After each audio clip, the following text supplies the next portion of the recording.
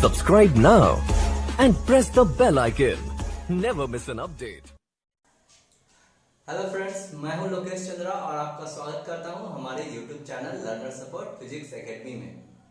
Students, आज हम लोग डिस्कस करने जा रहे हैं जितने भी प्रीवियस ईयर के जो आईआईटीज के क्वेश्चन जो आएंगे, आप देखेंगे रेगुलर वीडियोस आएंगे और उसमें हम रेगुलर सॉल्यूशन करेंगे चैप्टर वाइज। ओके, तो आज का जो हमारा जो चैप्टर है वो यूनिट एंड डायमेंशन का है और इसमें जो 2019 के जो क्वेश्चन है डायमेंशंस के पूछे हुए, मैं उसको सॉल्व करूंगा।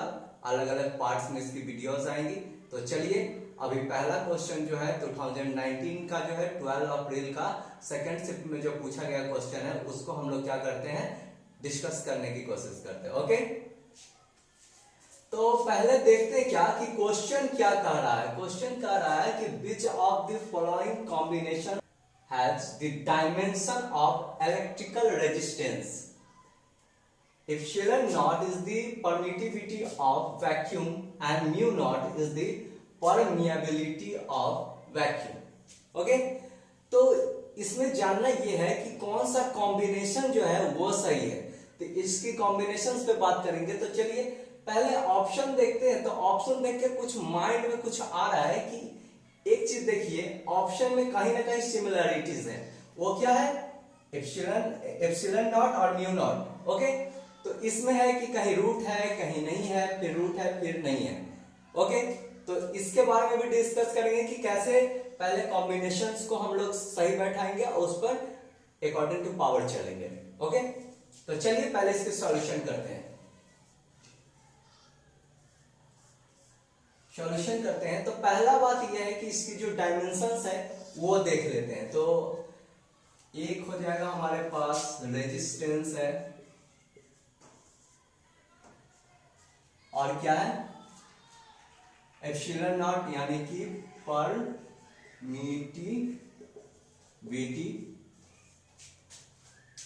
एंड और इसके साथ क्या है, परमिएबिलिटी। ओके, तो पहला इसका रेजिस्टेंस को हम रेजिस्टेंस का जो डायमेंशन होगा उसको मैं क्या मान ले रहा हूं, आर। और इसी टाइप से परमिटिविटी का तो दिया हुआ है एप्सिलॉन नॉट और क्या है, परमिएबिलिटी का म्यू नॉट। ओके, तो फर्स्ट ऑफ ऑल क्या करना है कि इसके डायमेंशंस हमको पता होने चाहिए और इसके डायमेंशंस पता है तो हम क्या करते हैं, उसको पुट कर देंगे, सिंपली आंसर आ जाएगा। तो आंसर आए उससे पहले हम लोगों को क्या करना है, जैसा कि मैंने अभी पावर पे बात किया, तो इस पे मैं अल्फा ले लेता हूं और इस पे क्या करता हूं, बीटा। ओके, तो फर्स्ट ऑफ ऑल इसके डायमेंशंस को हम लोग लिख लेते हैं। रेजिस्टेंस का जो डायमेंशन होता है, रेजिस्टेंस का डायमेंशन होता है M L square T inverse 3 A inverse 2। उसी तरह से परमिटिविटी का वो क्या होगा, M inverse 1 L inverse 3 T to the power 4 A square. Again permeability का, परमिएबिलिटी का जो डायमेंशन होता है M L T inverse 2 A inverse 2। अगर आपको डायमेंशंस याद है तो बहुत ही आसानी से क्या होगा, आपका सॉल्यूशन आ जाएगा। अदरवाइज बहुत सारा प्रॉब्लम होता है। ओके, तो चलिए इसके डायमेंशंस को हम क्या करते हैं, यहाँ पर पुट करते हैं। तो फर्स्ट ऑफ ऑल इसकी जो डायमेंशन है रेजिस्टेंस का, M L square T inverse 3 A inverse 2। Okay, अब परमिटिविटी का पुट करते हैं, M inverse 1 L inverse 3 T to the power 4 A square. इसी तरह से परमिएबिलिटी का कर लेंगे, M L T inverse 2 A inverse 2। Okay, इस पे क्या डाला था मैंने, अल्फा। तो अगेन इस पे क्या करेंगे, अल्फा डालेंगे और इस पे क्या आ जाएगा, बीटा आ जाएगा। आप यहां पर लिख लो। ओके, अब इसको क्या करते हैं, सिंपली इसको मल्टीप्लाई करेंगे। तो ये तो ऐसे ही रह जाएगा ml² t inverse 3 a inverse 2। Okay, अब क्या करना है, क्या अगर अल्फा से मल्टीप्लाई करते हैं तो यहाँ क्या है माइनस m पे पावर क्या है -1, तो यहां पर हो सकता है m माइनस अल्फा हो जाएगा। ओके, अगेन देखते हैं m के साथ कुछ और है क्या, जी हाँ m के साथ बीटा है, तो m पे पावर अल्फा प्लस बीटा हो जाएगा। अगेन उसी की तरह फिर l के साथ करेंगे तो l पे देखिए -3 इंटू अल्फा, ये क्या हो जाएगा -3 अल्फा हो जाएगा, और अगेन इसके साथ क्या हो जाएगा बीटा हो जाएगा, क्योंकि बीटा पे जो पावर है वो क्या है, l पे जो पावर है वो 1 है। t की बात करें किया जाए तो इस तरह से t पे पावर 4 अल्फा और यहां पर -2 बीटा। इसी तरह से यहां पर करें अगर a पे बात की जाए तो a पर क्या है 2 अल्फा और बोलिए -2 बीटा। -2 बीटा कैसे हो गया, क्योंकि इस पे पावर क्या है माइनस है। अब आप कह रहे होंगे कि इस सब का साथ क्यों नहीं लिखा, तो साथ इसलिए लिखना है कि देखना है कि यहाँ पर m है यहाँ पर m है, तो इन दोनों पे पावर जुड़ जाएगा, बेस सेम होने पर पावर क्या हो जाता है जुड़ जाता है। आप एक्सपोनेंट पढ़े होंगे तो उसमें ये पढ़ाया गया होगा आपको। ओके, अब कुछ नहीं करते हैं, कंपेयर कर लेते हैं दोनों साइड। ऑन कंपेयरिंग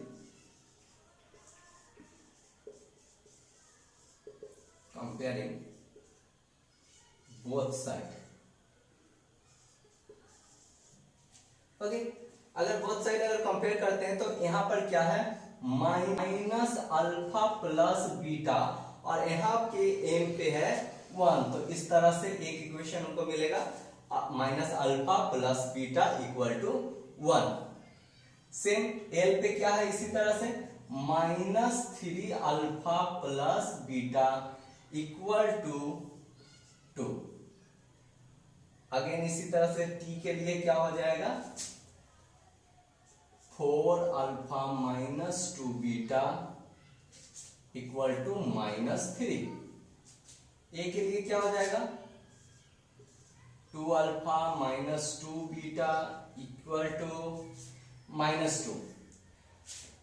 कुछ नहीं करते हैं, इस तरह से अगर हम इसको अगर इक्वेशन 1 मान लें, इसको 2 3 4। ओके, अब क्या कर सकते हैं, इसमें से कोई दो इक्वेशन को हम सेलेक्ट करेंगे, उसको सॉल्व करेंगे, इससे क्या आ जाएगा अल्फा और बीटा का वैल्यू आ जाएगा। तो चलिए इसका वैल्यू निकाल के देखते हैं, अल्फा और बीटा की वैल्यू।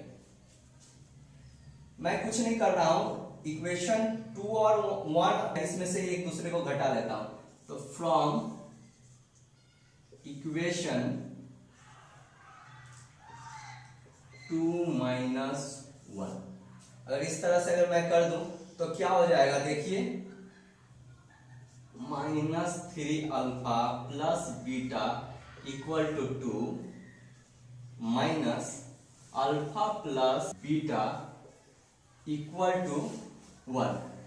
अब यहां पर देखना यह है कि अगर इन दोनों को अगर क्या करते हैं, देखिए यहां पर क्या है ये दोनों क्या है सेम हो गया, तो इस तरह से यहां पर क्या कर देंगे साइन चेंज कर देंगे। ओके, तो यहाँ प्लस हो जाएगा यहाँ माइनस हो जाएगा, तो इस तरह से बीटा बीटा क्या हो जाएगा कैंसिल हो जाएगा, और इन दोनों और यहाँ पर क्या आ जाएगा माइनस आ जाएगा। ओके, तो इस तरह से यहाँ पर क्या आ गया 1 आ गया, और ये दोनों प्लस माइनस माइनस, तो यहाँ पर क्या हो जाएगा -2 अल्फा हो जाएगा।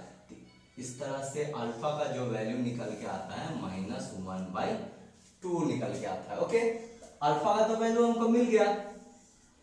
अब बीटा के वैल्यू फाइंड आउट करनी है, तो क्या कर सकते हैं इसी वैल्यू को हम पुट कर देंगे यहां पर इक्वेशन 1 में। Putting the value of alpha in equation 1। अब इक्वेशन 1 क्या है, अल्फा की वैल्यू क्या आई है -1/2 -1/2 प्लस बीटा इक्वल टू 1। कैसे? क्योंकि अल्फा का तो वैल्यू पहले से -1/2 है और यहाँ पर माइनस है, तो इस तरह से माइनस माइनस क्या हो जाएगा, यहाँ पे प्लस हो जाएगा। क्या हो जाएगा, 1/2 प्लस बीटा इक्वल टू 1। तो अब बीटा की वैल्यू अगर निकालनी है तो क्या हो जाएगा, 1 माइनस 1/2। तो इस तरह से यहाँ बीटा का जो वैल्यू आता है वो क्या आता है, 1/2 आता है। ओके, तो इस तरह से हमको अल्फा और बीटा दोनों की वैल्यू मिल चुकी है। तो अब क्या करता हूं मैं, इस यहाँ पर जो अल्फा बीटा का वैल्यू है वहां पे मैं पुट कर देता हूं। तो देखा था, चलिए यहाँ एक बॉक्स बना लेते हैं, आसानी होगी हम लोगों को आंसर फाइंड करने। तो रेजिस्टेंस पे अब रेजिस्टेंस इक्वल टू हो गया एप्सिलॉन नॉट पे क्या था, अल्फा है, और अल्फा की वैल्यू क्या आई है, -1/2, और म्यू नॉट पे बीटा है, बीटा की जो वैल्यू है वो क्या है, 1/2। आप अगर अलजेब्रा पढ़े तो आपको मालूम होगा कि किसी भी न्यूमेरिकल वैल्यू पे अगर 1/2 लगा देते हैं, जैसे कि x पे 1/2 लगा देते हैं, तो यहाँ क्या हो जाता है, √x हो जाता है। ओके, इसको मैं बता देता हूं। चलिए, तो अब यहाँ पर जो मेरा राइट कॉम्बिनेशन जो होगा वो क्या हो जाएगा, कुछ इस तरह से हो जाएगा। तो ये माइनस है तो ये नीचे चला जाएगा, तो इस तरह से mu naught by epsilon not, इस पूरे होल पे आ जाएगा हमारा रूट। तो देखिए तो कौन सा आंसर मिल रहा है हम लोगों को, mu naught by epsilon not, और ये हमारा आंसर है ए। ओके, चलिए अब नेक्स्ट क्वेश्चन देखते हैं। तो अब आ गए हम लोग सेकेंड क्वेश्चन पे, और ये जो सेकेंड क्वेश्चन है वो पूछा गया है कब, 2019 में 10 अप्रैल को सेकेंड शिफ्ट में पूछा गया। ओके, तो देखते हैं क्वेश्चन क्या कह रहा है। क्वेश्चन कह रहा है, in the formula x equal to 5yz², x and z have the dimension of capacitance and magnetic field respectively. What are the dimensions of y in SI unit? Question क्या कर रहा है यहाँ पर कि एक फार्मूला दिया गया है हम लोगों को, यहाँ पर ये क्या दिया गया है, x इक्वल टू 5yz², जहां पर x क्या है, कैपेसिटेंस है, और z क्या है, मैग्नेटिक फील्ड है। तो इस तरह से पूछ रहा है कि y की डायमेंशंस क्या होगी, किसमें, तो SI यूनिट्स की बात की है इसमें। तो चलिए देखते हैं कि सॉल्यूशन क्या होगा। सॉल्यूशन की बात करें तो फर्स्ट ऑफ ऑल हम पहले क्या करते हैं, इसकी जो डायमेंशंस है वो लिख लेते हैं। तो कैपेसिटेंस की जो डायमेंशन है, कैपेसिटेंस को यहाँ पर क्या माना है, x माना है, और इसकी डायमेंशन जो हो जाएगा m inverse 1 l inverse 2 t⁴ a²। Okay, now another dimension of magnetic field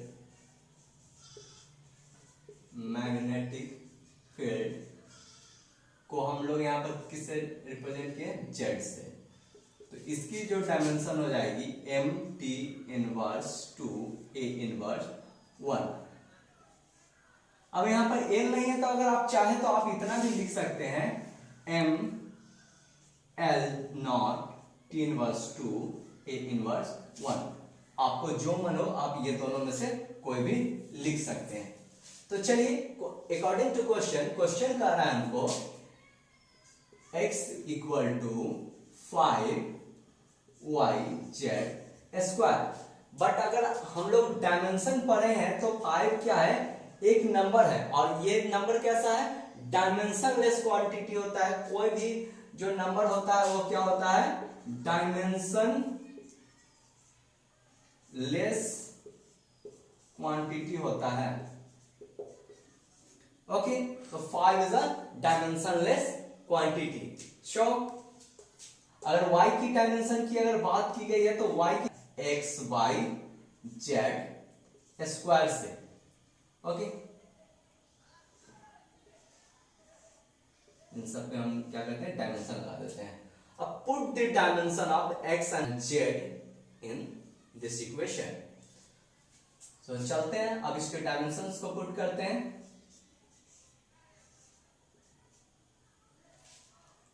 capacitance का डायमेंशन होता है m inverse 1 L inverse 2 t to the power 4 a square, और इसका जो डायमेंशन होता है वो क्या हो जाएगा, m t inverse 2 a inverse 1 का स्क्वायर।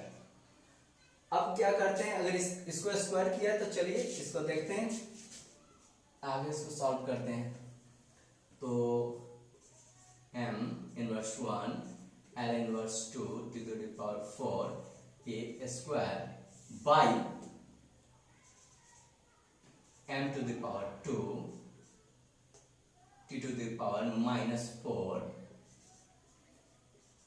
a inverse 2। अब सिंपली इसको क्या करते हैं, डिवाइड कर लेते हैं।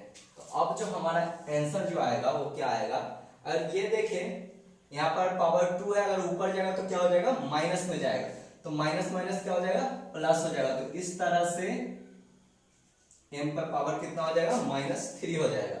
बट यहाँ l तो है नहीं, तो l को मैं लिख देता हूं जैसा का तैसा, वो क्या हो जाएगा, l inverse 2 t to the power 4 की बात की जाती है। यहाँ पर t टू द पावर 4 जो है ये देखिए प्लस में और यहाँ माइनस में, तो ये अगर ऊपर जाता है तो किस में चला जाएगा, प्लस में चला जाएगा। ओके, तो यहाँ कितना हो जाएगा, 4 + 4 8 हो जाएगा। ओके, और इसकी बात की जाए तो अगेन ये भी माइनस में, तो ऊपर जाके क्या हो जाएगा, प्लस में हो जाएगा, और बेस सेम होने के कारण ऐड हो जाएगा, तो ये क्या हो जाता है, a टू द पावर 4। यही है हमारा आंसर। अब देखते हैं कि कौन सा ऑप्शन से ये मैच कर रहा है। ओके, तो हमारा जो ऑप्शन है m to the power -3 l square t to the power 8 a to the power 4, ये रहा हमारा option C is the correct answer. Okay, तो ये अगला क्वेश्चन है। अब इसको चलते हैं, हम लोग क्या करते हैं, सॉल्व करते हैं। पहले इस क्वेश्चन को समझेंगे फिर इसका सॉल्यूशन करेंगे। ओके, तो ये क्वेश्चन क्या कह रहा है, if surface tension S, moment of inertia I and Planck constant h were to be taken as fundamental units, the dimensional formula of linear momentum would be। अब क्वेश्चन कह रहा है क्या कि अगर सरफेस टेंशन S है, moment of inertia I है और प्लैंक कांस्टेंट क्या है, h है, जो जिसको कैसे लिया गया है, फंडामेंटल में, तो लीनियर मोमेंटम का जो डायमेंशनल फार्मूला होगा वो इस सब में से क्या हो सकता है, उसके बारे में बात करनी है। ओके, तो पहले हम लोग क्या करते हैं, सॉल्यूशन करके देखते हैं कि इसका सॉल्यूशन क्या होता है। चलिए सॉल्यूशन करते हैं। सपोज P जो है वो क्या है, लीनियर मोमेंटम है, तो P जो होता है वो क्या होगा, डायरेक्टली प्रोपोर्शनल होता है Planck constant into surface tension into moment of inertia की। ओके, अगर इसकी अगर प्रोपोर्शनलिटी हटाते हैं तो क्या आ जाएगा, एक की आ जाएगा। ओके, तो चलिए देखते हैं कि अब इसकी डायमेंशन दे देते हैं h, s and I। Okay, तो किए तो है कांस्टेंट होता है, और कांस्टेंट क्या है, डायमेंशनलेस क्वांटिटी। ओके, तो किए क्या हो जाएगा, डायमेंशनलेस हो जाएगा। तो अब हम लोग देखते हैं कि इस पे क्या करते हैं कि अगर इस सबको अगर डायमेंशन में डाल देते हैं तो h पे पावर a दे देंगे, s पे पावर b कर देता हूं, और इसी तरह से I पे पावर c। तो फर्स्ट ऑफ ऑल क्या करना है कि ये तो सॉल्व कर, उससे पहले इस सबकी डायमेंशन हम लोगों को जान लेनी है कि डायमेंशन क्या होता है। तो लीनियर मोमेंटम का जो डायमेंशन हो जाता है वो क्या हो जाएगा, लीनियर मोमेंटम का m l t इनवर्स 1, ये लीनियर मोमेंटम का डायमेंशन है। आगे बात करें प्लैंक कांस्टेंट की, तो m l square t inverse 1, इस पे पावर a। सरफेस टेंशन की बात की जाए तो सरफेस टेंशन का जो डायमेंशन होता है वो होता है m t इनवर्स 2। और मोमेंट ऑफ इनर्शिया का डायमेंशन होता है ml²। आप यहाँ पर चाहे तो टी एल नहीं है तो एल नॉट लगा लीजिए, यहाँ टी नहीं है तो टी नॉट लगा लीजिए। ओके, चलिए अब इसको क्या करते हैं, इसको सॉल्व करके देखते हैं। तो सॉल्व करेंगे, पहले वही करेंगे, ए से सब में मल्टीप्लाई कर लेते हैं, अगेन यहाँ पर बी से और यहाँ पर सी से। तो चलिए करके देखते हैं। एम एल टी इनवर्स 1 और इसका क्या हो जाएगा, ए से अगर करें तो देखिए तो एम पे पावर ए प्लस बी प्लस सी, कोई भी माइनस नहीं है और कहीं पर भी यहां पर जो भी है उस सब पे पावर क्या है, 1 है। एल की बात की जाए तो एल पे 2a और यहां पर तो है ही नहीं और यहां पर है तो चलते हैं प्लस 2c। एल तो यहां है नहीं, इस कारण से यहां नहीं होगा। ओके, तो अब t की बात करें तो t पे क्या हो जाएगा, देखिए तो t पर पावर -a, t पर पावर -2b और यहाँ तो t है ही नहीं तो बस ये यहीं तक हो जाएगा। अब क्या करते हैं, कंपेयर करके देखते हैं। On comparing both sides. Okay, तो अब आ जाएगा a plus B plus C equal to 1। M पे देखिए a plus B plus C और यहाँ पर क्या है, कुछ नहीं है तो यहाँ पर 1 हो जाएगा। ओके, आगे बात कर लेते हैं। 2a plus 2c equal to 1। तो क्या मैं इसको कुछ लिख सकता हूं कि, जी हाँ लिख सकता हूं। तो इसमें से अगर कॉमन ले लें, 2 को कॉमन ले लें तो क्या हो जाएगा, a plus c equal to 1/2। अगर इसको 1 कर लें तो ये क्या हो जाएगा, 2 हो जाएगा। और 3 की बात की जाए तो क्या हो जाएगा, minus a minus 2b equal to -1। तो क्या कर लेंगे, देखिए तो a प्लस c का वैल्यू है 1/2, इसको पुट कर देते हैं इक्वेशन 1 में।